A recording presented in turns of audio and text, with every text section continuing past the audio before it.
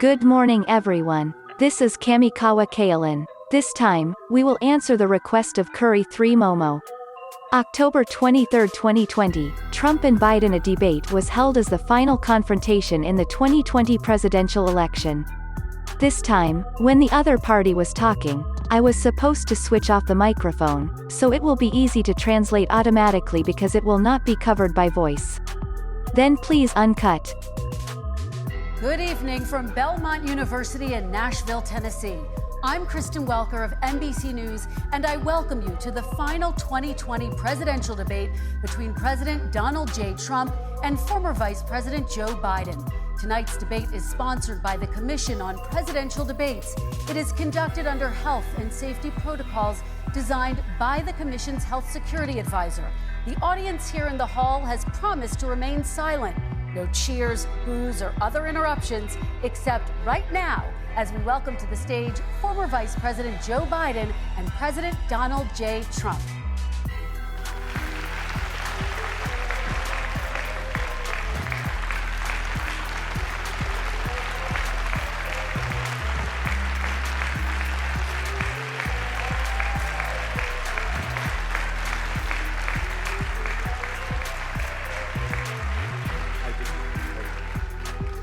And I do want to say a very good evening to both of you. This debate will cover 6 major topics. At the beginning of each section, each candidate will have 2 minutes uninterrupted to answer my first question. The debate commission will then turn on their microphone only when it is their turn to answer, and the commission will turn it off exactly when the 2 minutes have expired.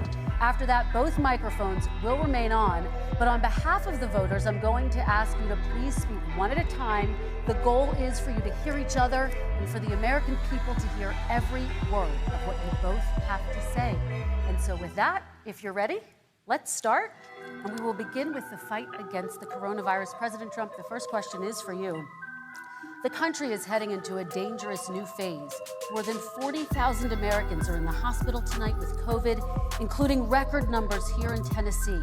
And since the two of you last shared a stage, 16,000 Americans have died from COVID. So please be specific. How would you lead the country during this next stage of the coronavirus crisis? 2 minutes uninterrupted. So, as you know, 2.2 million people modeled out were expected to die. We closed up the greatest economy in the world in order to fight this horrible disease that came from China. It's a worldwide pandemic. It's all over the world. You see the spikes in Europe and many other places right now. If you notice, the mortality rate is down 85%.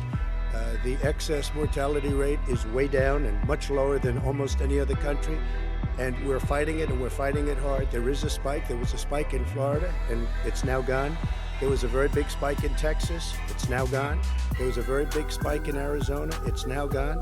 And there are some spikes and surges in other places. They will soon be gone. We have a vaccine that's coming. It's ready. It's going to be announced within weeks, and it's going to be delivered. We have Operation Warp Speed, which is the military is going to distribute the vaccine.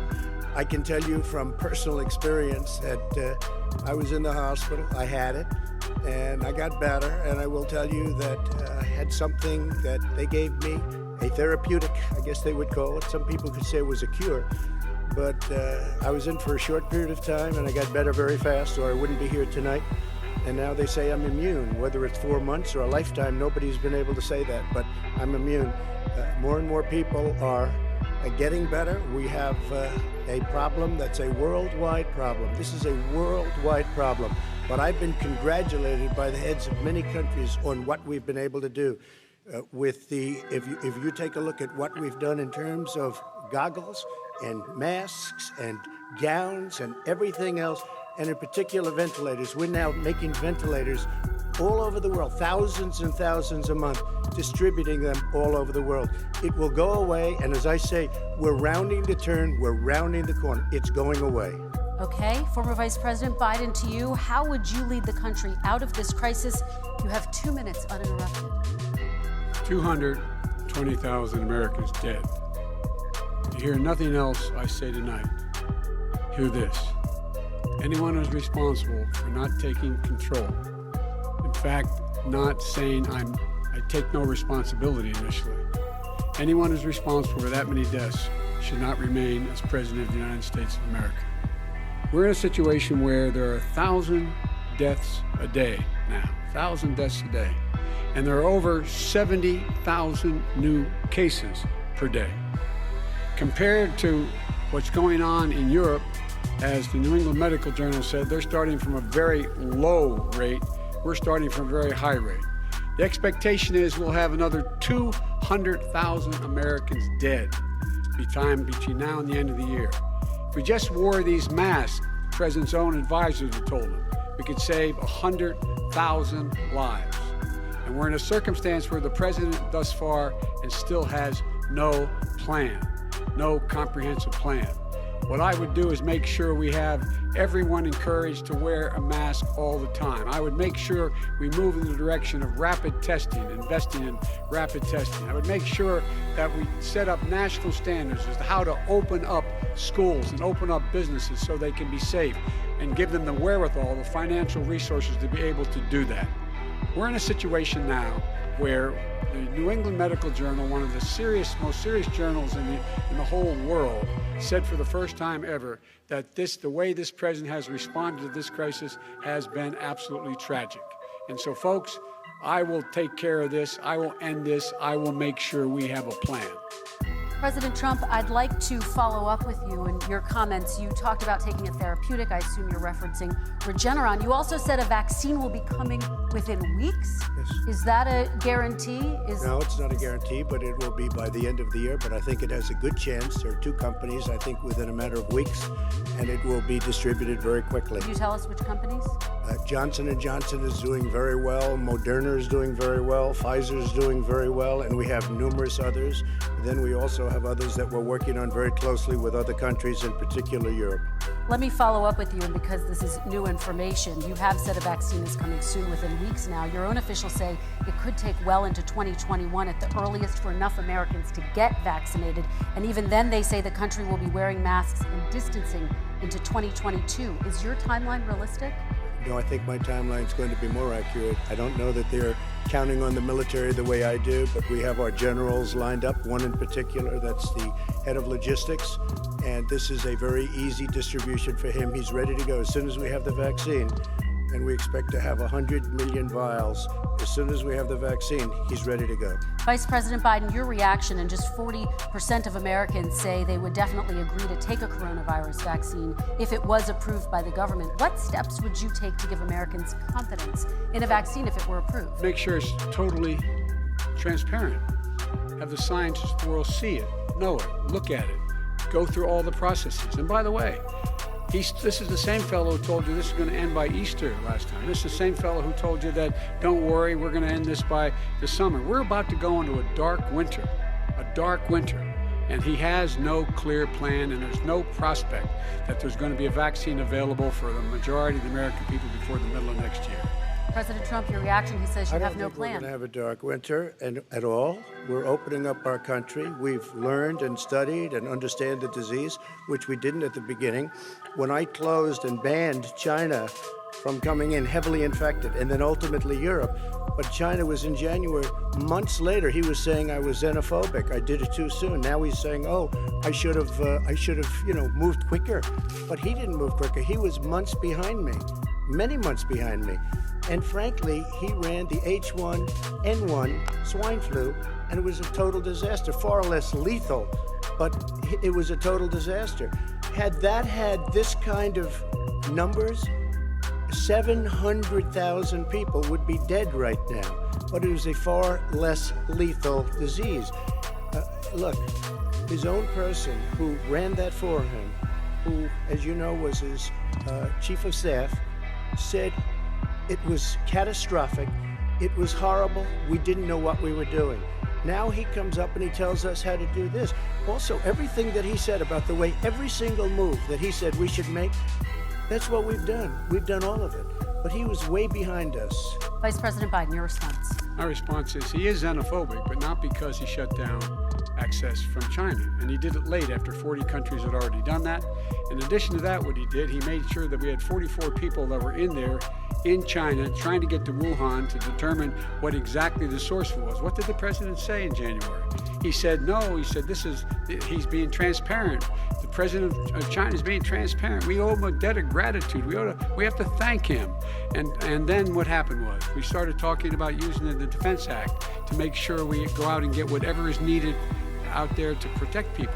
And again, I go back to this. He had nothing. He did virtually nothing. And then he gets out of the hospital and he talks about, don't worry, it's all going to be over soon. Come on. There's not another serious scientist in the world who thinks it's going to be over soon. President Trump, your reaction? I say over soon. I say we're learning to live with it. We have no choice. We can't lock ourselves up in a basement like Joe does. He has the ability to lock himself up. I don't know. He's obviously made a lot of money someplace, but he has this thing about living in a basement. People can't do that. By the way, I, as the president, couldn't do that. I'd love to put myself in the basement or in a beautiful room in the White House and go away for a year and a half until it disappears. I can't do that. And Kirsten, every meeting I had, and I'd meet a lot of families, including Gold Star families and military families, every meeting I had, and I had to meet them. I had to. It would be horrible to have canceled everything. I said, this is dangerous. And you catch it. And I caught it. I learned a lot. Great doctors, great hospitals. And now I recovered. 99.9 of young people recover. 99% of people recover. We have to recover. We can't close up our nation. We have to open our school, and we can't close up our nation, or you're not going to have a nation. And of course, the CDC has said young people can get sick with COVID-19 and can pass it. Vice President Biden, I want to talk broadly about strategy, though. Can I respond to that? 30 seconds, please, and then I have a question. No, number one, he says that we're learning to live with it. People are learning to die with it. You folks home will have an empty chair at the kitchen table this morning. That man or wife going to bed tonight and reaching over to try to touch their, out of habit, where their wife or husband was, is gone. Learning to live with it. Come on.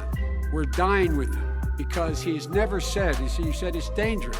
When's the last time? Is it really dangerous still? Are we dangerous? You tell the people it's dangerous now? What should they do about the danger? And you say, I take no responsibility. Let me talk about your two. Excuse me, I take full responsibility. It's not my fault that he came here. It's China's fault. And you know what? It's not Joe's fault that he came here either. It's China's fault. They kept it from going into the rest of China for the most part, but they didn't keep it from coming out to the world, including Europe and ourselves. Vice President Biden. The fact is that when we knew it was coming, when it hit, what happened? What did the president say? He said, don't worry, it's going to go away. Be gone by Easter. Don't worry, the warm weather. Don't worry, maybe inject bleach. He said he was kidding when he said that, but a lot of people thought it was serious. A whole range of things the president has said. Even today, he thinks we are in control. We're about to lose 200,000 more people. President Trump. Look, perhaps just to finish this, I was kidding on that, but just to finish this, when I closed, he said I shouldn't have closed. And that went on for months. Nancy Pelosi said the same thing. She was dancing on the streets in Chinatown in San Francisco. But when I closed, he said, this is a terrible thing, you're xenophobic. I think he called me racist even. And because I was closing it to China. Now he says I should have closed it earlier. It just, Joe, it doesn't work. I didn't say either of those things. You certainly did. You certainly did.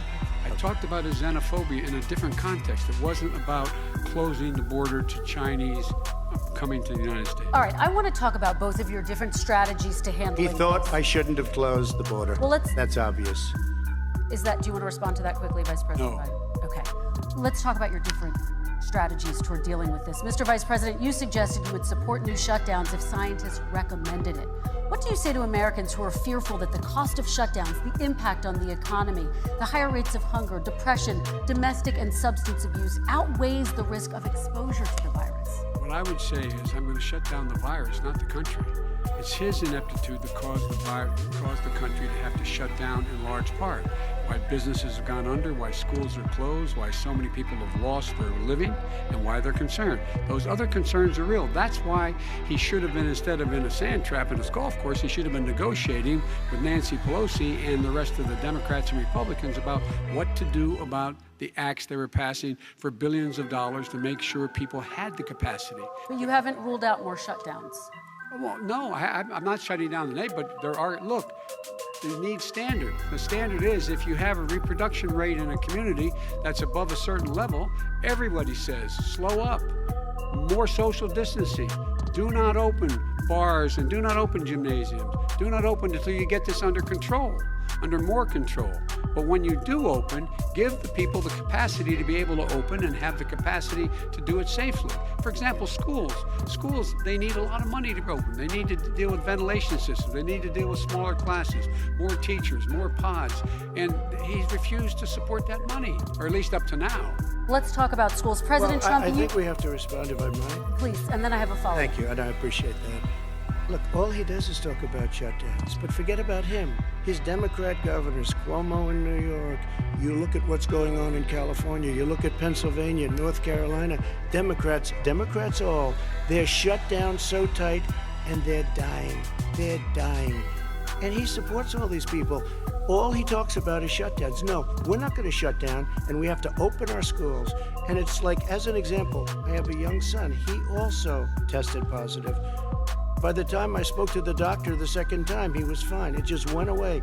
Young people, I guess it's their immune system. Let me follow up with you, President Trump. You've demanded schools open in person and insist they can do it safely. But just yesterday, Boston became the latest city to move its public school system entirely online after a coronavirus spike. What is your message to parents who worry that sending their children to school will endanger not only their kids, but also their teachers and families? I want to open the schools. The transmittal rate to the teachers is very small, but I want to open the schools. We have to open our country. We're not going to have a country. You can't do this. We can't keep this country closed. This is a massive country with a massive economy. People are losing their jobs. They're committing suicide. There's depression, alcohol, drugs at a level that nobody's ever seen before. There's abuse, tremendous abuse. We have to open our country. You know, I've said it often, the cure cannot be worse than the problem itself. And that's what's happening. And he wants to close down, he'll close down the country if one person in our massive bureaucracy says we should close it down. Vice President Biden, your response. Simply not true. We ought to be able to walk and chew gum at the same time. We ought to be able to safely open, but they need resources to open. You need to be able to, for example, if you're going to open a business, have social distancing within the business. You need to have, if you have a restaurant, you need to have plexiglass dividers so people cannot infect one another. You need to be in a position where you can take testing rapidly and know whether a person is in fact infected. You need to be able to trace. You need to be able to provide all the resources that are needed to do this. And that is not inconsistent with saying that we're going to make sure that we can open safely. And by the way, all you teachers out there, not that many of you are going to die, so don't worry about it. Come on. President Trump, let me follow up with you quickly. By the way, I will say this. If you go and look at what's happened to New York, it's a ghost town. It's a ghost town. And when you talk about plexiglass, these are restaurants that are dying. These are businesses with no money. Putting up plexiglass is unbelievably expensive, and it's not the answer. I mean, you're going to sit there in a cubicle wrapped around with plastic. These are businesses that are dying, Joe. You can't do that to people. You just can't. Take a look at New York and what's happened to my wonderful city for so many years. I loved it. It was vibrant. It's dying. Everyone's leaving New York. Take a look at what New York has done in terms of turning the curve down in terms of the number of people dying. And I don't look at this in terms of the way he does. Blue states and red states. They're all the United States. And look at the states that are having such a spike in the coronavirus. They're the red states. They're the states in the Midwest. They're the states in the upper Midwest. That's where the spike is occurring significantly. But they're all Americans. They're all Americans. And what we have to do is say, wear these masks, number one. Make sure we get the help that the businesses need that has money's already been passed to do that. It's been out there since the beginning of the summer, and nothing's happened. President, New York has lost more than 40,000 people, 11,000 people in nursing homes. President Trump, what when about... you say spike, take a look at what's happening in Pennsylvania, where they've had it closed. Take a look at what's happening with your friend in Michigan, where her husband's the only one allowed to do anything. It's been like a prison. Now it was just ruled unconstitutional. Take a look at North Carolina. They're having spikes, and they've been closed, and they're getting killed financially. We can't let that happen, Joe. You can't let that happen. We have to open up. And we understand the disease. We have to protect our seniors. We have to protect our elderly. We have to protect especially our seniors with heart problems and diabetes problems. And we will protect them. We have the best testing in the world by far. That's why we have so many cases. Let me follow up with you before we move on to our next section. President Trump, this week you called Dr. Anthony Fauci, the nation's best-known infectious disease expert, quote, a disaster. You described him and other medical experts as, quote, idiots. If you're not listening to them, who are you listening to as you fight this? I'm listening to all of them, including Anthony. I get along very well with Anthony. But he did say, don't wear masks. He did say, as you know, this is not going to be a problem. I think he's a Democrat, but that's okay. He said this is not going to be a problem. We are not going to have a problem at all. When Joe says that, I said, Anthony Fauci said, and others, and many others, and I'm not knocking him a lot. Nobody knew. Look, nobody knew what this thing was. Nobody knew where it was coming from, what it was. We've learned a lot. But Anthony said, don't wear masks. Now he wants to wear masks. Anthony also said, if you look back, exact words, here's his exact words. This is no problem. This is going to go away soon. So he's allowed to make mistakes. He happens to be a good person. Vice President Biden, your response quickly, and then we're going to move on to the next section. My response is that think about what the president knew in January and didn't tell the American people. He was told this was a serious virus that spread in the air, and it was much worse than the flu. He went on record and said to one of your colleagues, recorded, that in fact he knew how dangerous it was, but he didn't want to tell us. He didn't want to tell us because he didn't want us to panic. He didn't want us, Americans don't panic. He panicked. But guess what? In the meantime, we found out in the New York Times the other day that in fact his folks went to Wall Street and said this is a really dangerous thing, and a memo out of that meeting, not from his administration, but from some of the brokers said, sell short because we got to get moving. It's a dangerous problem. Well, this is I'm going to give you 30 seconds to respond, and then we're going to move on. The Wall Street one, I don't know. Somebody went to Wall Street. You're the one that takes all the money from Wall Street. I don't take it. I have. You have raised a lot of money, tremendous amounts of money. And every time you raise money, deals are made. I could raise so much more money. As president and as somebody that knows most of those people, I could call the heads of Wall Street, the heads of every company in America. I would blow away every record, but I don't want to do that because it puts me in a bad position. And then you bring up Wall Street. You shouldn't be bringing up Wall Street because you're the one that takes the money from Wall Street, not me. I could blow away your records that like you wouldn't believe. We don't need money. We have plenty of money. In fact, we beat Hillary Clinton with a tiny fraction of the money that she was able. All right, gentlemen, we're going to move on. Don't tell me about Wall Street. Average contribution, $43. All right, we're going to move on to our next section, which is national security. And I do want to start with the security of our elections and some breaking news from overnight. Just last night, top intelligence officials confirmed again that both Russia and Iran are working to influence this election. Both countries have obtained U.S. voter registration information, these officials say, and Iran sent intimidating messages to Florida voters. This question goes to you, Mr. Vice President. What would you do to put an end to this threat? You have 2 minutes uninterrupted. I made it clear, and I ask everyone else to take the pledge. I made it clear that any country, no matter who it is, that interferes in American elections will pay a price. They will pay a price. And it's been overwhelmingly clear this election, I won't even get into the last one, this election, that Russia has been involved, China has been involved to some degree, and now we learn that Iran is involved. They will pay a price if I'm elected. They're interfering with American sovereignty. That's what's going on right now. They're interfering with American sovereignty. And to the best of my knowledge, I don't think the president said anything to Putin about it. I don't think he's stalking them a lot. I don't think he said a word. I don't know why he hadn't said a word to Putin about it. And I don't know what he has recently said, if anything, to the Iranians. My guess is he'd probably be more outspoken with regard to the Iranians. But the point is this, folks. We are in a situation where we have foreign countries trying to interfere in the outcome of our election. His own national security advisor told him that what is happening with his buddy I will. His buddy, Rudy Giuliani, he's being used as a Russian pawn. He's being fed information that is Russian, that is not true. And then what happens? Nothing happens. And then you find out that everything that's going on here about Russia is wanting to make sure that I do not get elected the next president of the United States because they know I know them and they know me. I don't understand why this president is unwilling to take on Putin when he's actually paying bounties to kill American soldiers in Afghanistan, when he's engaged in activities that are trying to destabilize all of NATO. I don't know why he doesn't do it, but it's worth asking the question. Why isn't that being done? Any country that interferes with us will, in fact, pay a price because they're affecting our sovereignty. President Trump, same question to you. Let me ask the question. You're going to have 2 minutes to respond. For 2 elections in a row now, there has been substantial interference from foreign adversaries. What would you do in your next term to put an end to this? 2 minutes uninterrupted. Well, let me respond to the first part, as Joe answered. Joe got $3.5 million from Russia, and it came through Putin because he was very friendly with the former mayor of Moscow, and it was the mayor of Moscow's wife. And you got $3.5 million. Your family got $3.5 million, and you know, someday you're going to have to explain, why did you get 3.5? I never got any money from Russia. I don't get money from Russia.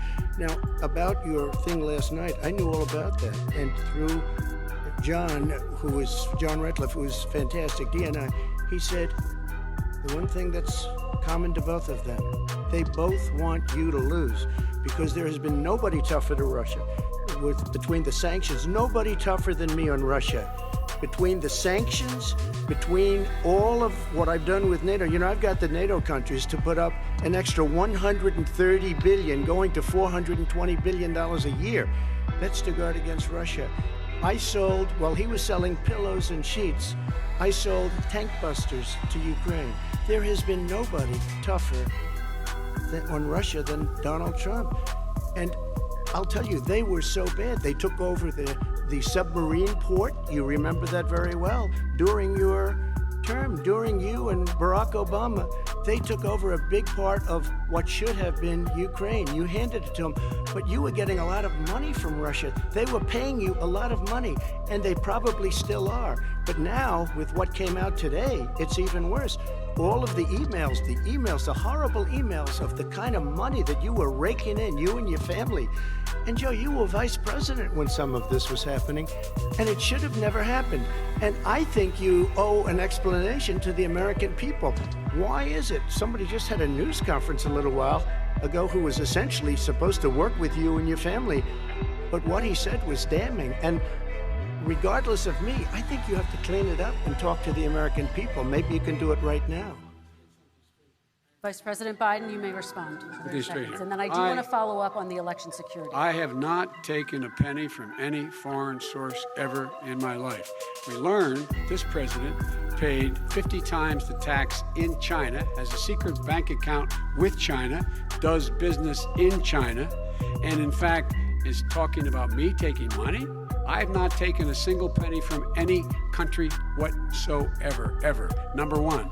Number two, this is a president, I have released all of my tax returns. 22 years, go look at them. 22 years of my tax return. You have not released a single solitary year of your tax return. What are you hiding? Why are you unwilling? The foreign countries are paying you a lot. Russia's paying you a lot. China's paying you a lot. And your hotels and all your businesses all around the country, all around the world. And China's building a new road to a new a golf course you have overseas. So what's going on here? Why don't release your tax return or stop talking about corruption? President Trump, your response. First of all, I called my accountants, underwrote it. I'm going to release them as soon as we can. I want to do it, and it'll show how successful, how great this company is. But much more importantly than that, people were saying $750. I asked them a week ago, I said, what did I pay? They said, sir, you prepaid tens of millions of dollars. I prepaid my tax. Tens over the last number of years. Tens of millions of dollars I prepaid. Because at some point they think it's an estimate. They think I may have to pay tax. So I already prepaid it. Nobody told me that. Did your accountant Nobody told you that. Excuse me. And it wasn't written whenever they write this. They keep talking about $750, which I think is a filing fee. But let me just tell you, I prepaid millions and millions of dollars in taxes. Number one. Number two, I don't make money from China. You do. I don't make money from Ukraine. You do. I don't make money from Russia. You made $3.5 million, Joe, and your son gave you. They even have a statement that we have to give 10% to the big man. You're the big man, I think. I don't know, maybe you're not, but you're the big man, I think. Your son said we have to give 10% to the big man. Joe, what's that all about? It's terrible. All right, gentlemen, I want to ask you both some questions about all of this, but I'm going to let you both respond very quickly. You just said you spoke to your accountant about potentially releasing your taxes. Did he tell you when you can release them? Do you have a deadline for when you're going to release them? I get treated worse than the Tea Party got treated. Because I have a lot of people in there, deep down in the IRS, they treat me horribly. We made a deal, it was all settled until I decide to run for president. I get treated very badly by the IRS, very unfairly. But we had a deal all done. As soon as we're completed with the deal, I want to release it. But I have paid millions and millions of dollars, and it's worse than paying. I paid in advance. It's called prepaying your taxes. I paid in advance. I want to ask you both about questions regarding your potential foreign entanglements and questions that have been raised to give you both a chance to talk about this more broadly. Respond very quickly, and then I'll get to my question. Why did he's been saying this for 4 years? Show us. Just show us. Stop playing around. You've been saying for 4 years you're going to release your taxes. Nobody knows, Mr. President. What they do know is you're not paying your taxes, or you're paying taxes that are so low. When last time he said what he paid, he said, I only pay that little because I'm smart. I know how to game the system. Come on, folks. So, President Trump, and then I want to get to two questions to both of you. I was put through a phony witch hunt for 3 years. It started before I even got elected. They spied on my campaign. No president should ever have to go through what I went through. Let me just say this. Mueller and 18 angry Democrats and FBI agents all over the place spent $48 million. They went through everything I had, including my tax returns, and they found absolutely no collusion and nothing wrong. 48 million. I guarantee you, if I spent 1 million on you, Joe, I could find plenty wrong. Because the kind of things that you've done and the kind of monies that your family has taken, I mean, your brother made money in Iraq, millions of dollars. Your other brother made a fortune, and it's all through you, Joe. And they say you get some of it, and you do live very well. You have houses all over the place. You live very well. All right, gentlemen, let me just ask some questions about all of this broadly. Vice President Biden, there have been questions about the work your son has done in China and for a Ukrainian energy company when you were vice president. In retrospect, was anything about those relationships inappropriate or unethical? Nothing was unethical. Here's what the deal. With regard to Ukraine, we had this whole question about whether or not, because he was on the board, I later learned, Burisma, a company, that somehow I had done something wrong. Yet every single solitary person when he was going through his impeachment, testifying under oath who worked for him, said, I did my job impeccably.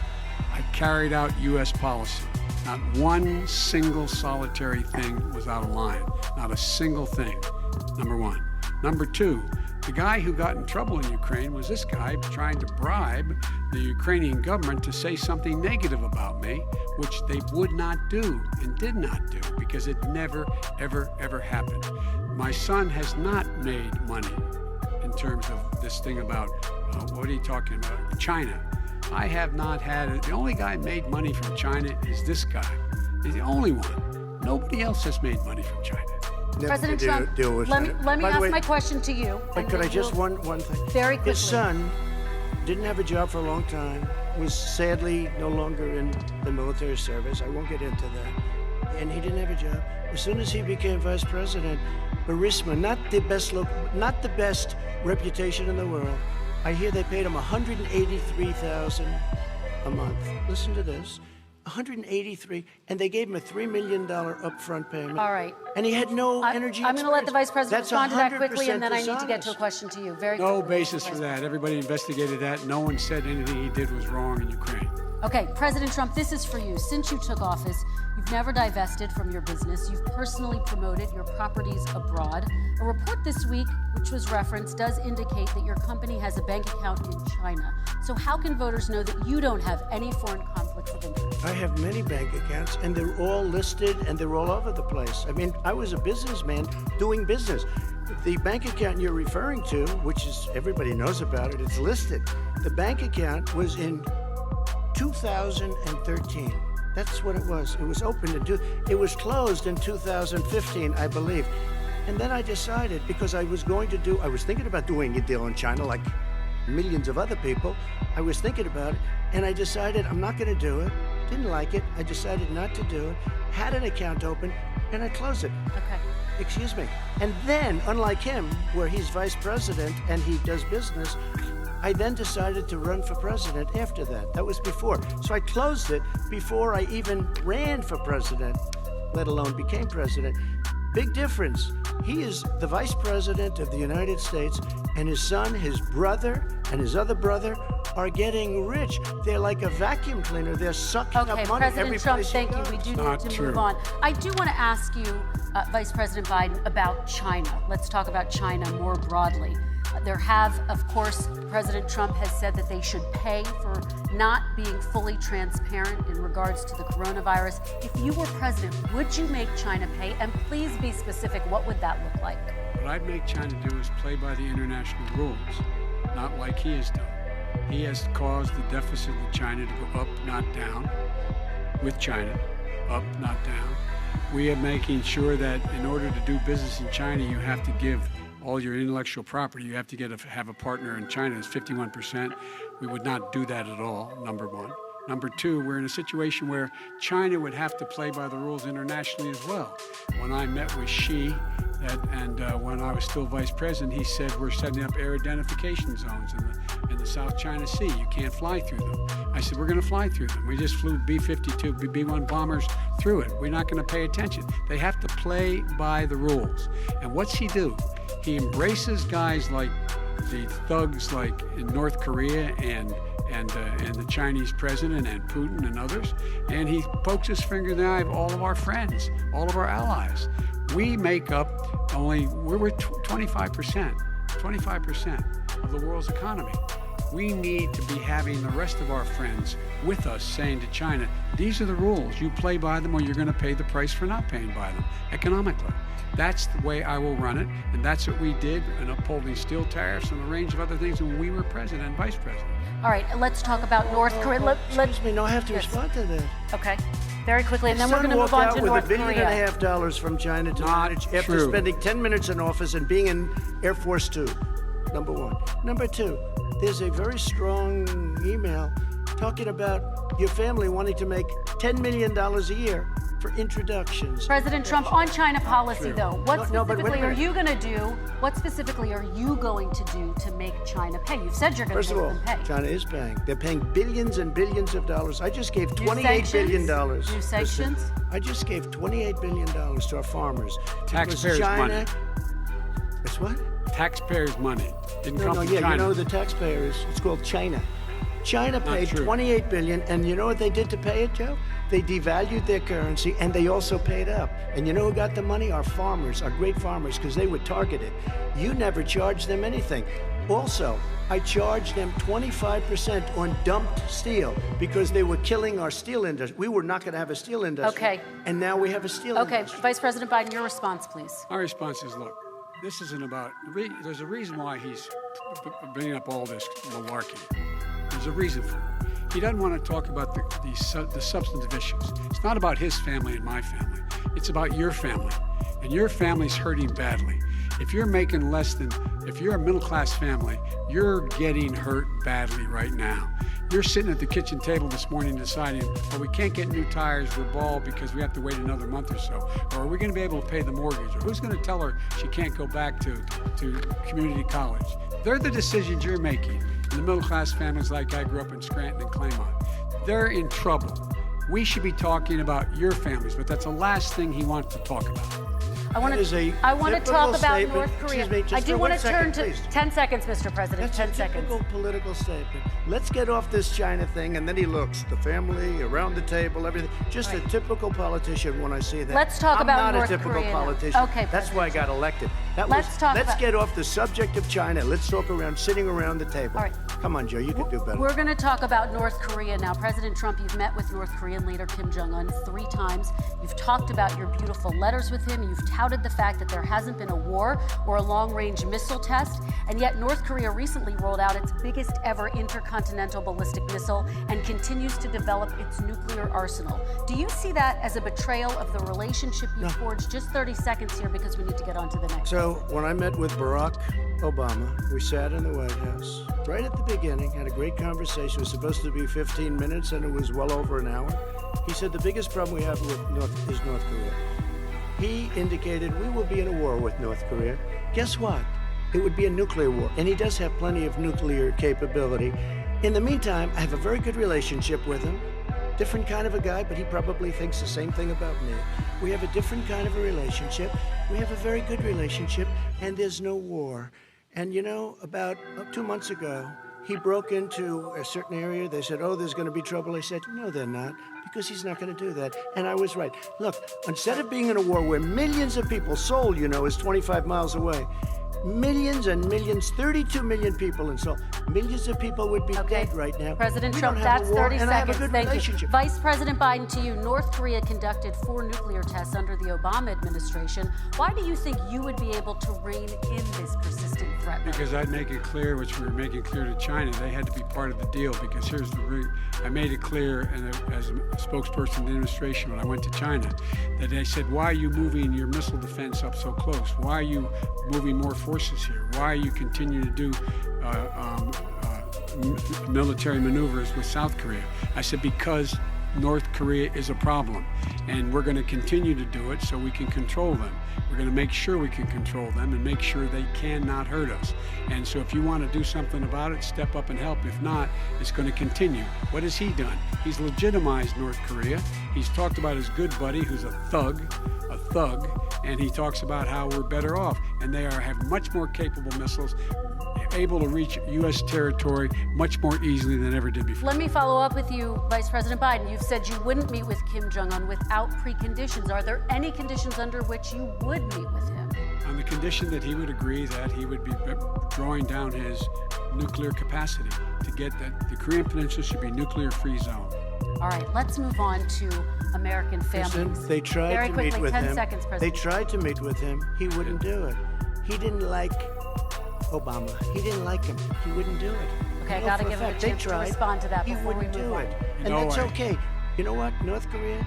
We're not in a war. We have a good relationship. You know, people don't understand. Having a good President relationship Trump, with we have leaders to of move other on, because countries we have is a lot of good thing. We have a lot of questions to get Yes, to. now Your it's Like response. saying we had a good relationship with Hitler before he, in fact, invaded Europe, the rest of Europe. Come on.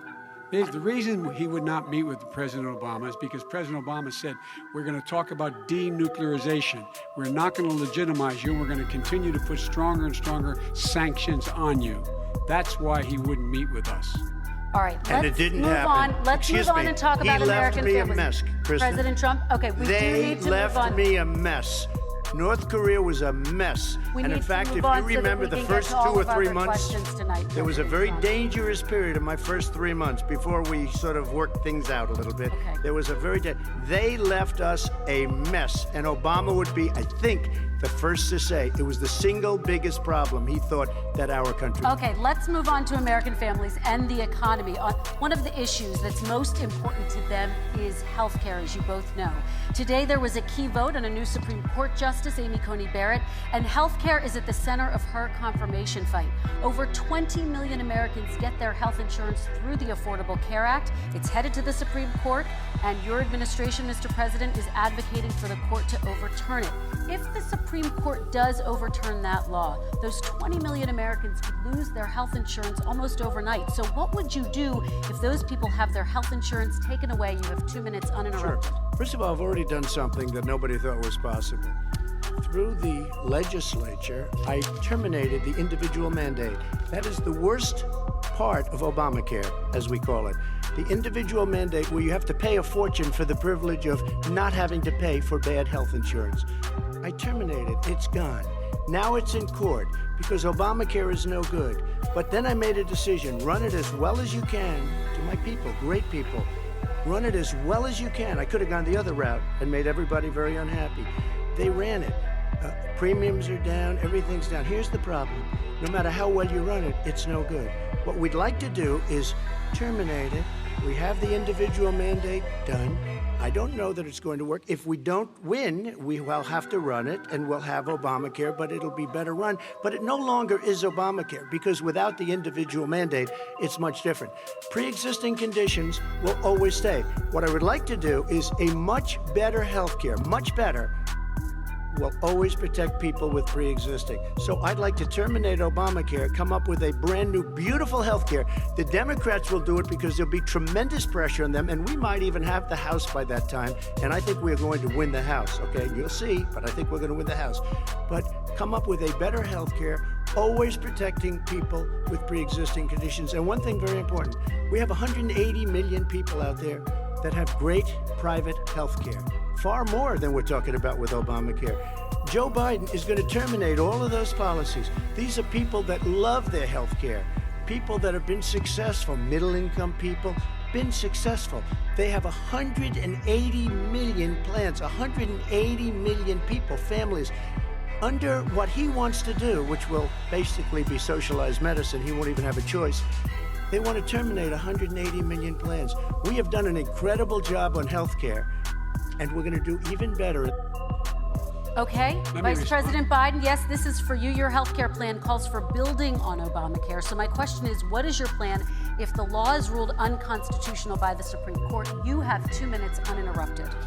What I'm going to do is pass Obamacare with a public option, become Biden-care. Public option is an option that says that if you, in fact, do not have the wherewithal to be, if you qualify for Medicaid and you do not have the wherewithal in your state to get Medicaid, you automatically enroll, providing competition for insurance companies. That's what's going to happen. Secondly, we're going to make sure we reduce the premiums and reduce drug prices by making sure that there's competition that doesn't exist now by allowing the Medicare to negotiate drug prices with the insurance companies. Thirdly, the idea that I want to eliminate private insurance, the reason why I had such a fight with 20 candidates for the nomination was I support private insurance. That's why not one single person with private insurance would lose their insurance under my plan, nor did they under Obamacare. They did not lose their insurance unless they chose they wanted to go to something else. Lastly, we're going to make sure we're in a situation that we actually protect pre-existing. There's no way he can protect pre-existing conditions. None, zero. You can't do it in the ether. He's been talking about this for a long time. He's never come up with a plan. I guess we're going to get the pre-existing conditions plan the same time we get the infrastructure plan that we waited since 17, 18, 19, and 20. The fact, I still have a few more minutes. I know you're getting anxious. The fact is that he's already cost the American people, because of his terrible handling of the COVID virus and the economic spillover, 10 million people have lost their private insurance. And he wants to take away 22 million more people who have it under Obamacare, and over 110 million people with pre-existing conditions, and all the people from COVID are going to have pre-existing conditions. What are they going to do? I have a follow-up for you, Vice President Biden. It relates to something that President Trump said. He's accusing you of wanting socialized medicine. What do you say to people who have concerns that your health care plan, which includes a government insurance option, takes the country one step closer to a health care system run entirely by the government? I say it's ridiculous. It's like saying that,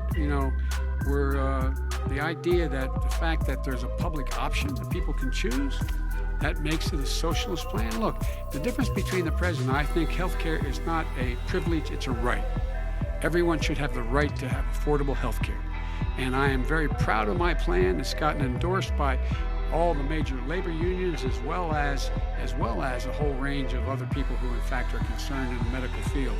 This is something that's going to save people's lives, and this is going to give some people an opportunity to have health care for their children. How many of you home are worried and rolling around in bed tonight wondering what in God's name you're going to do if you get sick? because you've lost your home insurance, your health insurance, your company's gone under. We have to provide health insurance for people at an affordable rate. And that's what I do. President Trump, Excuse me, he was your there response. for 47 years. He didn't do it. He was now there as vice president for 8 years, and it's not like it was 25 years ago. It was 3 3/4. It was just a little while ago, right? Less than 4 years ago. He didn't do anything. He didn't do it. He wants socialized medicine, and it's not that he wants it. His vice president, I mean, she is more liberal than Bernie Sanders and wants it even more. Bernie Sanders wants it. The Democrats want it. You're going to have socialized medicine, just like he went with fracking. We're not going to have fracking. We're going to stop fracking. We're going to stop fracking. Then he goes to Pennsylvania after he gets a nomination, where he got very lucky to get it. And he goes to Pennsylvania, and he says, oh, we're going to have fracking. And you never asked that question. And by the way, so far, I respect very much the way you're handling this, I have to say. By the way. But somebody should ask the question. You can ask- He goes for a year. There will be We no have fracking. there we will do be have no a number petroleum. of topics we're No, going to but get that's a to. big- that's a big question. We're going to get to a It's the number same of thing topics. with socialized I have to medicine. respond. Vice President, your response, please. My response is people deserve to have affordable health care, period. Period, period, period. And the Biden Care proposal will, in fact, provide for that affordable health care, lower premiums. What we're going to do is going to cost some money. It's going to cost over $750 billion over 10 years to do it. And they're going to have lower premiums. You can buy into the better plans, the cheaper plans, lower your premiums, deal with unexpected billing, and have your drug prices drop significantly. He keeps talking about it. He hasn't done a thing for anybody on health care. Not a thing. Kristen, when Very he quickly, says, then I want to talk when about he what's says happening on public Capitol option, Hill. he's talking about socialized medicine, and when he and healthcare.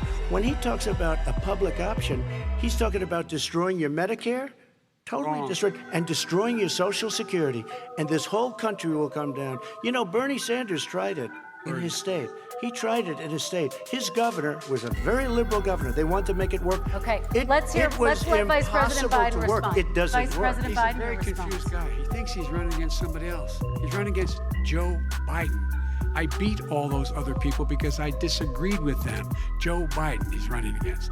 And the idea that we're in a situation that they're going to destroy Medicare, this is the guy that the actuary at Medicare said, if in fact, at Social Security, if in fact he continues to withhold his plan to withhold the tax on Social Security, Social Security will be bankrupt by 2023 with no way to make up for it.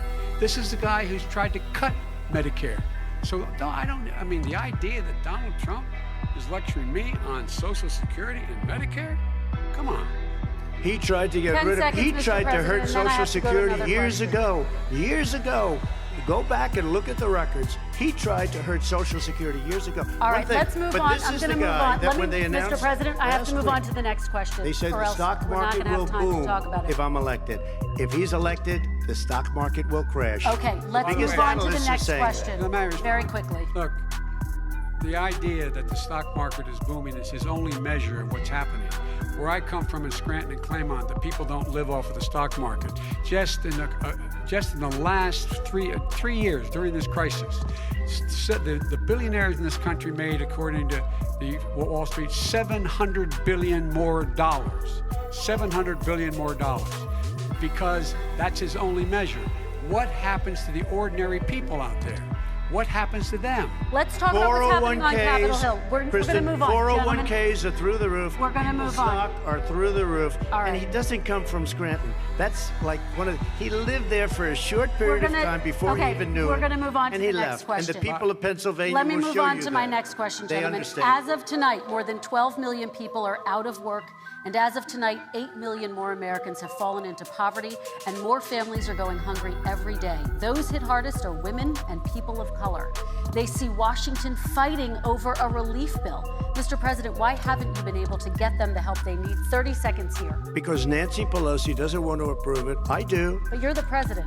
I do, but I still have to get. Unfortunately, that's one of the reasons I think we're going to take over the House, because of her.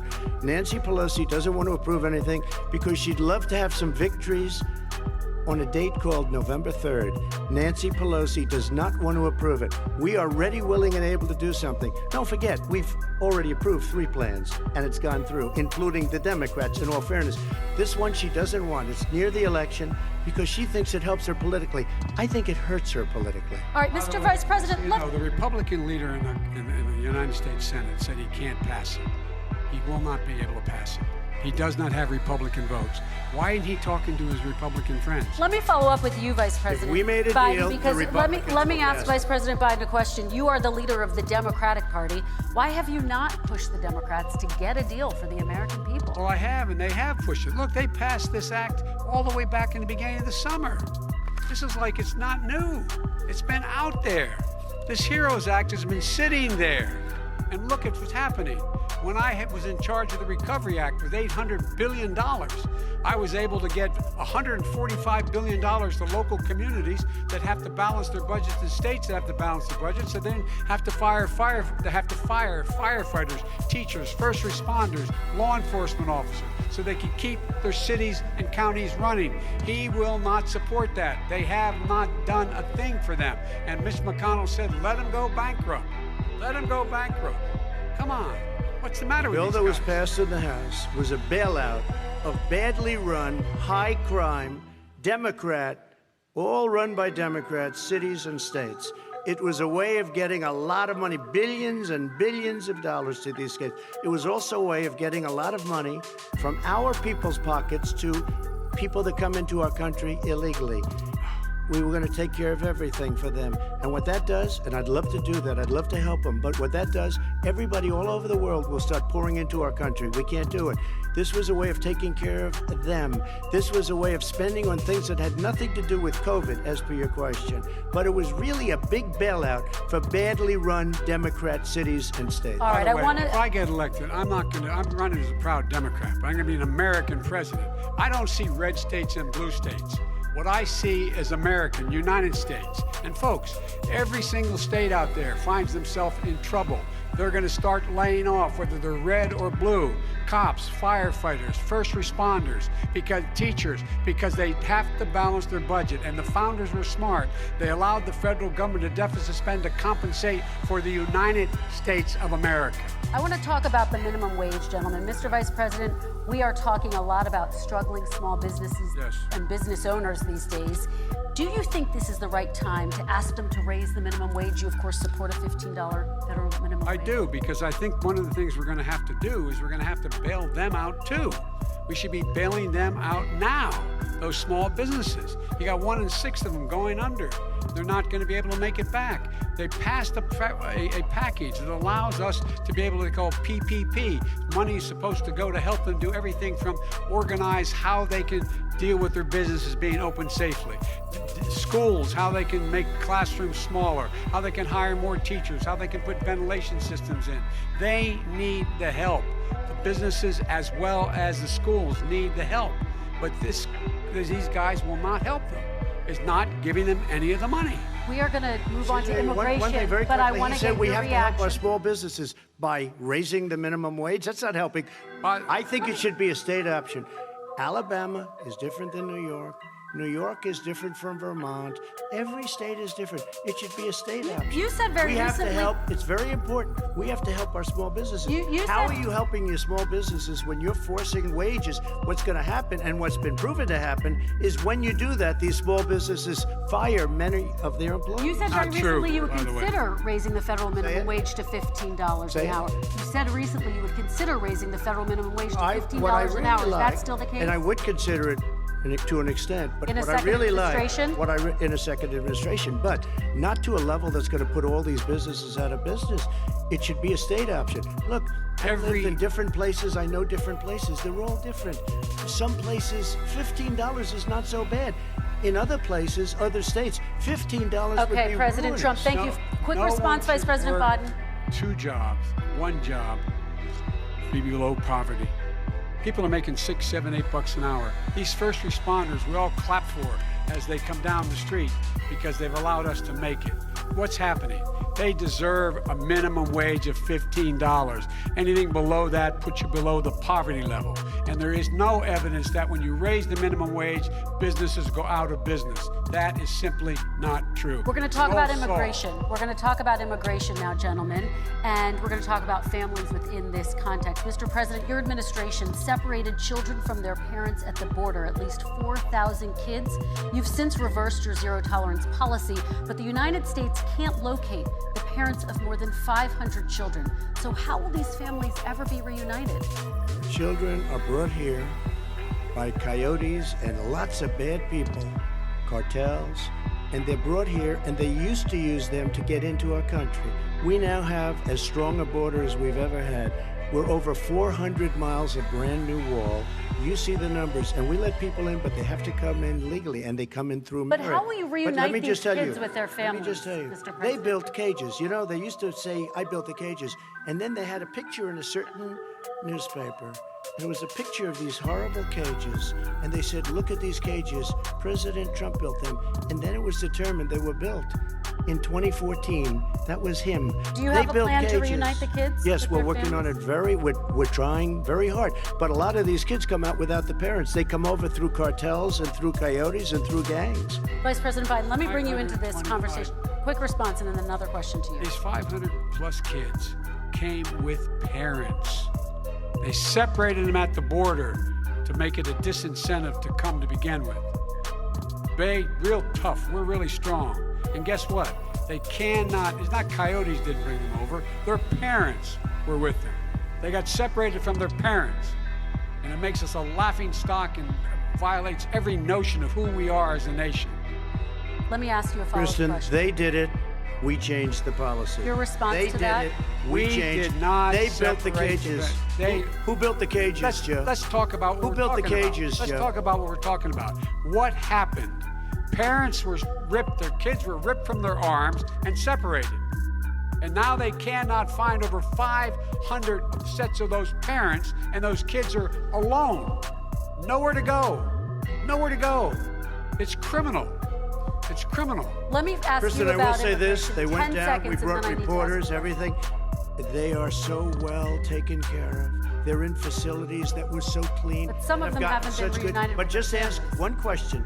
Who built the cages? I'd love you to ask him that. Who built the cages? Let me ask about your immigration policy, Mr. Vice President. The Obama administration did fail to deliver immigration reform, which had been a key promise during the administration. It also presided over record deportations as well as family detentions at the border before changing course. So why should voters trust you with an immigration overhaul now? Because we made a mistake. It took too long to get it right. It took too long to get it right. I'll be president of the United States, not vice president of the United States. And the fact is, I've made it very clear. Within 100 days, I'm going to send to the United States Congress a pathway to citizenship for over 11 million undocumented people. And all of those so-called dreamers, those DACA kids, they're going to be immediately certified again to be able to stay in this country and put on a path to citizenship. The idea that they are being sent home by this guy and they want to do that is they're going to a country they've never seen before. I can imagine you're 5 years old, your parents are taking you across the Rio Grande River and it's illegal. And you say, oh no, Mom, leave me here. I'm not going to go with you. They've been here. Many of them are model citizens. Over 20,000 of them are first responders out there taking care of people during this crisis. We owe them. We owe them. President Kristen, Trump, he your had reaction. 8 years to do what he said he was going to do. And I've changed He did. without having a specific. We got rid of catch and release. We got rid of a lot of horrible things that they put in and that they lived with. But he had 8 years he was vice president. He did nothing except build cages to keep children in. Vice President Wrong. Biden, your response. The catch and release, you know what he's talking about there? If in fact you had a family came across and they were arrested, they in fact were given a date to show up for their hearing. They were released, and guess what? They showed up for a hearing. And this is the first president in the history of the United States of America that anybody seeking asylum has to do it in another country. That's never happened before in America. That's never happened before in America. You come to the United States and you make your case that I seek asylum based on the following on the following premise: why I deserve it under American law. They're sitting in squalor on the other side of the river. President Trump, your response, So 30 important. seconds, and then we'll move It on. just shows that he has no understanding of immigration or the laws. Catch and release is a disaster. A murderer would come in, a rapist would come in, a very bad person would come in. We would take their name. We have to release them into our country. And then you say they come back. Less than 1% of the people come back. We have to send ICE out and Border Patrol out to find them. We would say, come back in 2 years, 3 years. We're going to give you a court case. You need Perry Mason. We're going to give you a court case. When you say they come back, they don't come back, Joe. Yeah. They never come back. Only the really, I hate to say this, but those with the lowest IQ, they might come back. Okay, But they're President very, Trump, let's very give few. Vice President Biden a chance to respond, and then we're going to move on to the You next don't know section. the law, Joe. Vice President Biden, your response. Know the law, what he's telling you is simply not true. Well, check it out. They don't come back. Check it out. All right, let's move on. But we don't have to the worry next about it because they section. terminated it, so we don't have to worry about Let's it move anymore. on to the next And you have section. 525 kids not knowing where in God's name they're going to be and lost their parents. Go ahead. All right, let's talk about our next section, which is race in America. And I want to talk about the way Black and brown Americans experience race in this country. Part of that experience is something called the talk. It happens regardless of class and income. Parents who feel they have no choice but to prepare their children for the chance that they could be targeted, including by the police, for no reason other than the color of their skin. Mr. Vice President, in the next 2 minutes, I want you to speak directly to these families. Do you understand why these parents fear for their children? I do. You know, my daughter is a social worker, and she's written a lot about this. She has a graduate degree from the University of Pennsylvania in social work. And you know, one of the reasons why I ended up working on the east side of Wilmington, Delaware, which is 90% African American, was to learn more about what was going on. What I never had to tell my daughter, if she's pulled over, make sure she puts, for a traffic stop, put both hands on top of the wheel and don't reach for the glove box because someone may shoot you. But a black parent, no matter how wealthy or how poor they are, has to teach their child when you're walking down the street, don't have a hoodie on when you go across the street. Making sure that you, in fact, if you get pulled over, yes sir, no sir, hands on top of the wheel, because you are, in fact, the victim, whether you're a person making child of a $300,000 a year person or someone who's on food stamps. The fact of the matter is, there is institutional racism in America. And we have always said, we've never lived up to it, that we hold these truths to be self-evident. All men and women are created equal. But guess what? We have never, ever lived up to it, but we've always constantly been moving the needle further and further to inclusion, not exclusion. This is the first president to come along and says, that's the end of that. We're not going to do that anymore. We have to provide for economic opportunity, better education, better health care, better access to schooling, better access to opportunity to borrow money to start businesses. All the things we can do, and I've laid out a clear plan as to how to do those things, just to give people a shot. It's about accumulating the ability to have wealth as well as it is to be free from violence. President Trump, same question to you, and let me remind you of the question. I would like you to speak directly to these families. Do you understand why these parents fear for their children? Yes, I do. And again, he's been in government 47 years. He never did a thing except in 1994 when he did such harm to the black community. And they were called, and he called them super predators. And he said that. He said it, super predators. And they kept never lived that down. 1994, the crime bill, the super predators. Nobody has done more for the black community than Donald Trump.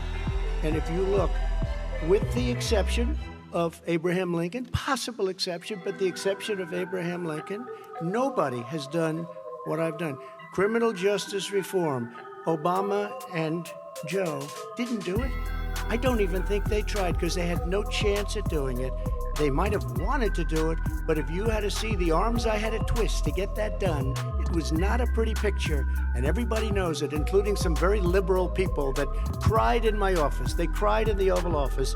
2 weeks later, they're out saying, gee, we have to defeat him. criminal justice reform, prison reform, opportunity zones with Tim Scott, a great senator from South Carolina. He came in with this incredible idea for opportunity zones. It's one of the most successful programs. People don't talk about it.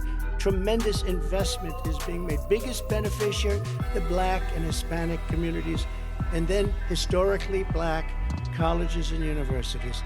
After 3 years of coming to the office, I love some of those guys. They were great. They came into the office and I said, what are you doing? After 3 years, I said, why do you keep coming back? Because we have no funding. I said, you don't have to come back every year. We have to come back because President Obama would never give them long-term funding, and I did. 10-year long-term funding, and I gave them more money than they asked for because they said, I think you need more. And I said, the only bad part about this is I may never see you again because I got very friendly with them, and they like me and I like them. But I saved it. Colleges and universities. Okay, and we're going to talk about both of your records, but your response to that, Vice Chair. My response to that is I never, ever said what he accused me of saying. The fact of the matter is, in 2000, though, after the crime bill had been in the law for a while, this is the guy who said, the problem with the crime bill, there's not enough people in jail. There's not enough people in jail. And go on my website, get the quote, the date when he said it, not enough people. He talked about marauding gangs, young gangs, and the people who are going to maraud our cities. This is a guy who in the Central Park Five innocent black kids, he continued to push for making sure that they got the death penalty. None of them were guilty of the crimes they were suggested. Look, and talk about granted, he did in fact let 20 people, he commuted 20 people's sentences. We commuted over 1,000 people's sentences. Over 1,000. The very law he's talking about is a law that, in fact, initiated by Barack Obama. And secondly, we're in a situation here where the federal prison system was reduced by 38,000 people under our administration. And one of these things we should be doing, there should be no minimum mandatories in the law. That's why I'm offering $20 billion to states to change their state laws to eliminate minimum mandatories and set up drug courts. No one should be going to jail because they have a drug problem. They should be going to rehabilitation, not to jail. We should fundamentally change the system, and that's what I'm going to do. But why didn't he do it 4 years ago? Why didn't you do that 4 years ago, even less than that? Why didn't you do it? You were vice president. You keep talking about all these things you're going to do, and you're going to do this, but you were there just a short time ago, and you guys did nothing. We did. You know, Joe, I ran because of you. I ran because of Barack Obama, because you did a poor job. If I thought you did a good job, I would have never run. I would have never run. I ran because of you. I'm looking at you now. You're a politician. I ran because of you. All right, Vice President Biden, your response to that, and then I do have some questions for both of you. Well, I tell you what, I hope he does look at me, because what's happening here is, you know who I am, you know who he is, you know his character, you know my character, you know our reputations for honor and telling the truth. I am anxious to have this race. I am anxious to see this take place. The character of the country is on the ballot. Our character is on the ballot. Look at us closely. Let me ask some follow-up. Please respond, and then we're going to have follow-up questions. If this stuff is true about Russia, Ukraine, China, other countries, Iraq, if this is true, then he's a corrupt politician. All right. So don't give me the stuff about how you're this innocent baby. Joe, they're calling you a corrupt politician. Nobody's President Trump, I want to stay on the issue of race. We're talking about the issue. Laptop from hell. President Trump, we're talking about race right now, and I do want to stay on the issue of race. President Trump, I have to respond to that. Please, because look, very quickly. There are 50 former national intelligence folks who said that what he's accusing me of is a Russian plant. They have said that this has all the 5 former heads of the CIA, both parties, say what he's saying is a bunch of garbage. Nobody believes it except his and his good friend Rudy Giuliani. You mean the laptop is now another Russia hoax? That's exactly what. Is this where you're exactly going? what. This is where he's going. The laptop is Russia, Gentlemen, Russia. I want to stay on the issue of race. You have to be kidding. Here we go again with Russia. we're going to continue on the issue of race. Mr. President, you've described the Black Lives Matter movement as a symbol of hate. You've shared a video of a man chanting white power to millions of your supporters. You've said that black professional athletes exercising their First Amendment rights should be fired. What do you say to Americans who say that kind of language from a president is contributing to a climate of hate and racial strife? Well, you have to understand, the first time I ever heard of Black Lives Matter, they were chanting pigs in a blanket, talking about police. Pigs, talking about our police. Pigs in a blanket, fry them like bacon. I said, that's a horrible thing. And they were marching down the street. And that was my first glimpse of Black Lives Matter. I thought it was a terrible thing. As far as my relationships with all people, I think I have great relationships with all people. I am the least racist person in this room. Well, what do you say to Americans who are concerned by that rhetoric? I don't know. by the I mean, I don't know video? what to say. I got criminal justice reform done and prison reform and opportunity zones. I took care of black colleges and universities. I don't know what to say. They can say anything. I mean, they can say anything.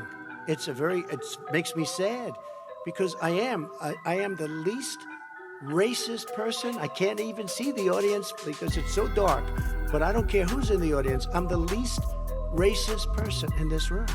Okay, Vice President Biden, let me ask you very quickly, and then I have a follow-up question for you. Abraham Lincoln here is one of the most racist presidents we've had in modern history. He pours fuel on every single racist fire, every single one. Started off his campaign coming down the escalator saying he's going to get rid of those Mexican rapists. He's banned Muslims because they're Muslims. He has moved around and made everything worse across the board. He says about the poor boys, last time we were on stage here, he said, I told them to stand down and stand ready. Come on, this guy is a dog whistle about as big as a foghorn. President Trump, I'm going to give you 10 seconds to respond, and then I have a follow-up. No, you made a reference to Abraham Lincoln. Where did that come in? I mean, You said where you're did Abraham Lincoln. No, where did that? No. You said- I said not since Abraham Lincoln has anybody done what I've done for the black community. And I'm I didn't saying- say I'm Abraham Lincoln. I said not since Abraham Lincoln has anybody done what I've done for the black community. Now, you have done nothing other than the crime bill, which put Oh, God. tens of thousands of black men, mostly, in jail. All right, True. let me- And you know let me what? a- let me they ask remember Vice it President because if you Biden look a at what's question. happening with the voting right now, Let me ask they Vice remember President that Biden you treated them about- very, very badly. Just take a look at what's happening out there. Vice President Biden, let me give you a chance to respond within this context. Crime bills that you supported in the 80s and 90s contributed to the incarceration of tens of thousands of young black men who had small amounts of drugs in their possession. They are sons, they are brothers, their fathers, their uncles, whose families are still to this day, some of them suffering the consequences. So speak to those families. Why should they vote for you? One of the things is that in the 80s, we passed 100%, all 100 senators voted for it, a bill on drugs and how to deal with drugs. It was a mistake. I've been trying to change the since then, particularly the portion on cocaine. That's why I've been arguing that, in fact, we should not send anyone to jail for a pure drug offense. They should be going into treatment across the board. That's what we should be spending money. That's why I set up drug courts, which were never funded by our Republican friends. They should not be going to jail for a drug or an alcohol problem. They should be going into treatment. That's what we've been trying to do. That's what I'm going to get done because I think maybe the American people have now seen that, in fact, it was a mistake to pass those laws relating to drugs. But they were not in the crime bill. But why didn't he get it done? See, it's all talk, no action with these politicians. Why didn't he get it done? That's what I'm going to do when I become president. You were vice president along with Obama as your president, your leader, for 8 years. Why didn't you get it done? You had 8 years to get it done. Now you're saying you're going to get it done because you're all talk and no action, Jim. We got a Your lot of it response. done. We released get 38,000. anything We got done. 38,000 prisoners left from. You got nothing done. 38,000 prisoners were released from federal prison.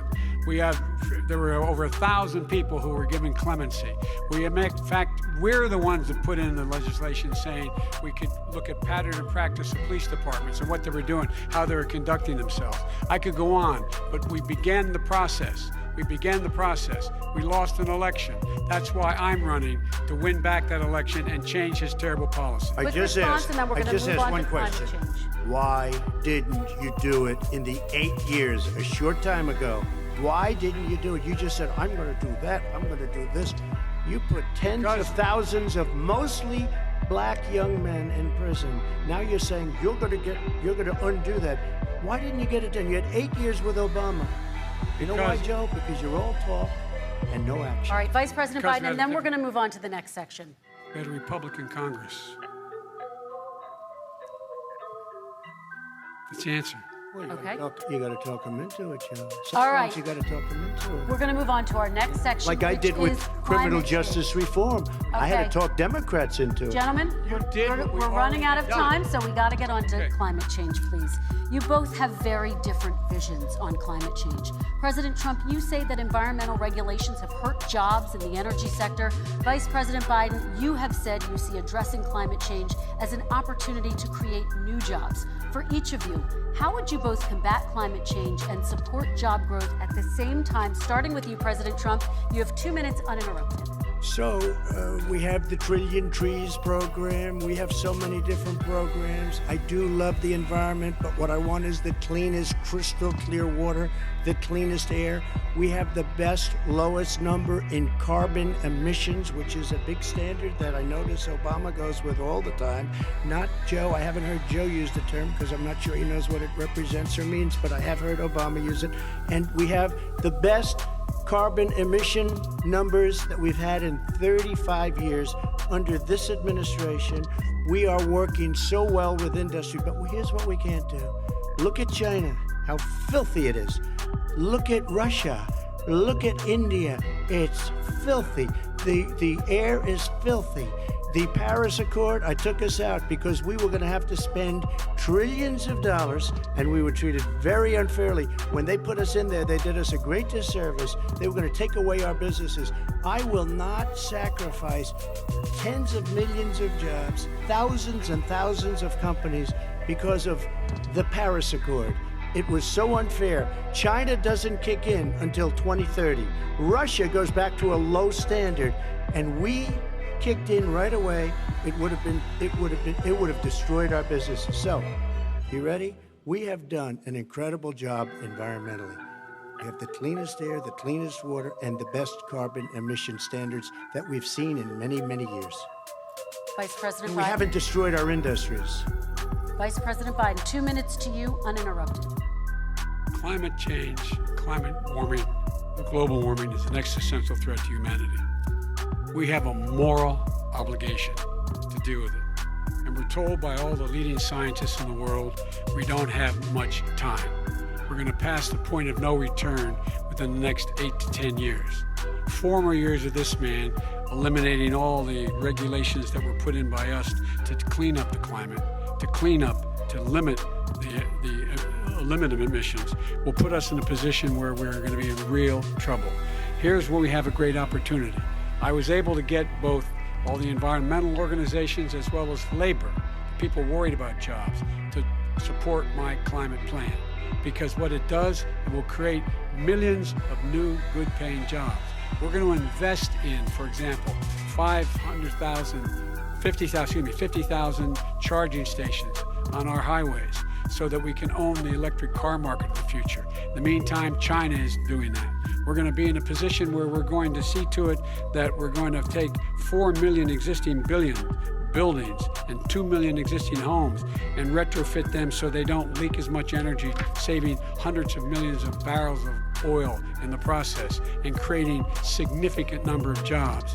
And by the way, the whole idea of what this is all going to do, it's going to create millions of jobs, and it's going to clean the environment. Our health and our jobs are at stake. That's what's happening. And right now, by the way, Wall Street firms indicated that my plan will in fact create 18.6 million jobs, 7 million more than his. This is from Wall Street. And I'll create $1 trillion more in economic growth than his proposal does. Not on climate, just on the economy. President Trump, you're They came out and said very strongly, $6,500 will be taken away from families under his plan. That his plan is an economic disaster. If you look at what he wants to do, if you look at his plan, his environmental plan, you know who developed it? AOC plus 3. They know nothing about the climate. I mean, she's got a good line of stuff, but she knows nothing about the climate. And they're all hopping through hoops for AOC plus 3. Look, their real plan costs $100 trillion. If we had the best year in the history of our country for 100 years, we would not even come close to a number like that. When he says buildings, they want to take buildings down because they want to make bigger windows into smaller windows. As far as they're concerned, if you had no window, it would be a lovely thing. This is the craziest plan that anybody has ever seen. And this wasn't done by smart people.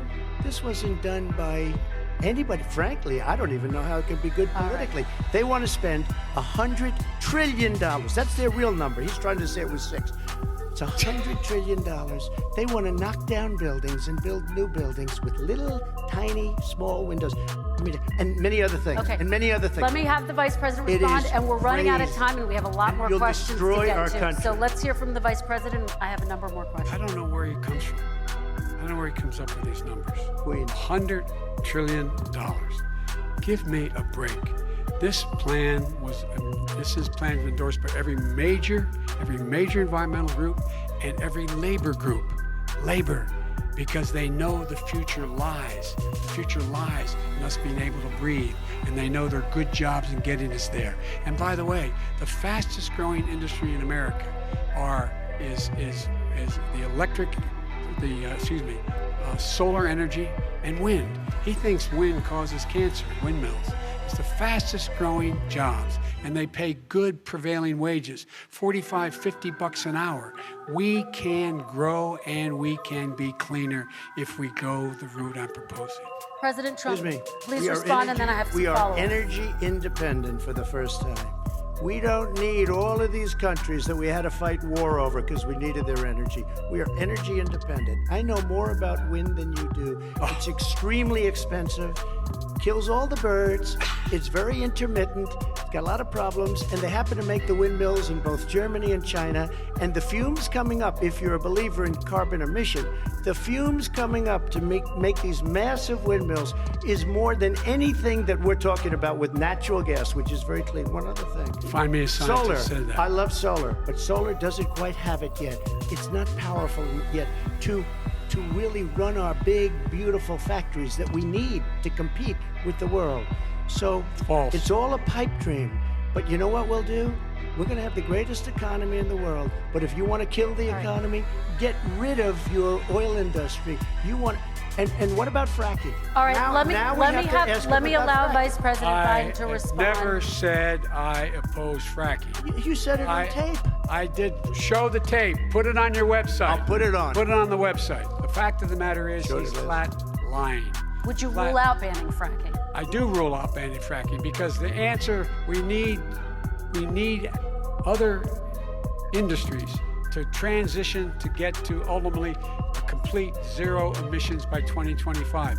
What I will do with fracking over time is make sure that we can capture the emissions from the fracking, capture the emissions from gas. We can do that, and we can do that by investing money and doing it, but it's a transition to that. I have one more question in this pod, and then we have... He was against fracking. He said it. I will show that to you tomorrow. I am against fracking. Until he got the nomination, went to Pennsylvania, then he said, but you know what, Pennsylvania? He'll be against it very soon because his party is totally against it. Fracking on federal land, I said. No fracking or oil on federal land. Let me ask this final question in this section, and then I want to move on to our final section.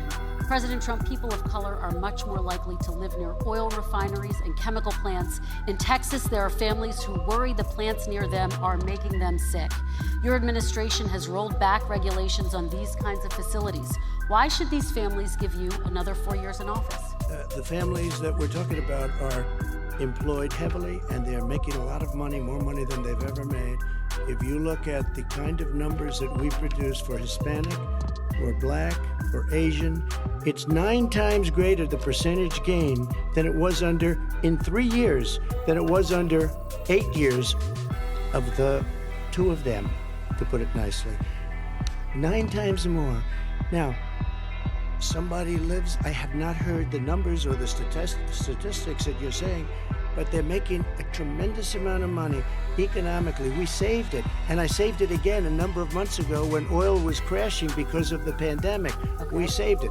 We got, say what you want about relationship, we got Saudi Arabia, Mexico, and Russia to cut back, way back. We saved our oil industry, and now it's very vibrant again. All right. And everybody has very inexpensive gasoline. Remember Vice that. President Biden, your response, and then we're going to have a final question for both of you. My response is that those people live on what they call fence lines. He doesn't understand this. They live near chemical plants that in fact pollute, chemical plants and oil plants and refineries that pollute. I used to live near that when I was growing up in Claymont, Delaware. And the more oil refineries in Marcus Hook and the Delaware River than there is any place, including in Houston at the time. When my mom get in the car and when there was first frost to drive me to school, turn in the windshield wiper, there'd be oil slick in the window. That's why so many people in my state were dying and getting cancer. The fact is, those frontline communities, it doesn't matter what you're paying them, it matters how you keep them safe. What do? And you impose restrictions on the pollutions, the pollutants coming out of those fence line communities. Okay, I have one final Would he question. close It down falls- the oil industry? It falls. Would you close it down the falls- oil By the way, I industry? would transition from the oil industry, yes.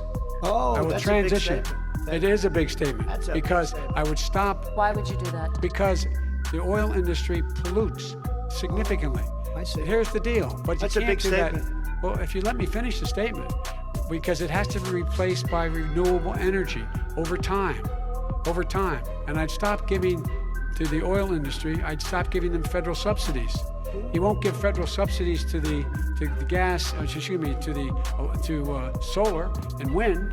Yeah. Why are we giving it to oil industry? We actually do All give right. it to solar and wind. We And have that's one maybe the final biggest question. statement in terms of business. That's the biggest statement. Okay. Because We have basically one what he's final saying question, is he is Mr. going to President. destroy the oil industry. Will you remember that, Texas? Will you Okay. remember that, Pennsylvania, Oklahoma? Vice President Biden, let me give you 10 seconds to respond, and then Ohio. I have to get to the final question. Vice President Biden. He takes everything out of context, but the point is, look, we have to move toward a net zero emissions. The first place to do that by the year 2035 is in energy production, by 2050 totally. All right. One Is he gonna final get question China for to both do of it? you. No, we're finished with Is this. he We going have to to get move China on to to our do it? final question. We have to I'm move going on to to our final rejoin question. Paris Accord and make China abide by what they agreed to. All right, That'll this cost you is $1 about trillion. leadership, gentlemen. And this first question does go to you, President Trump.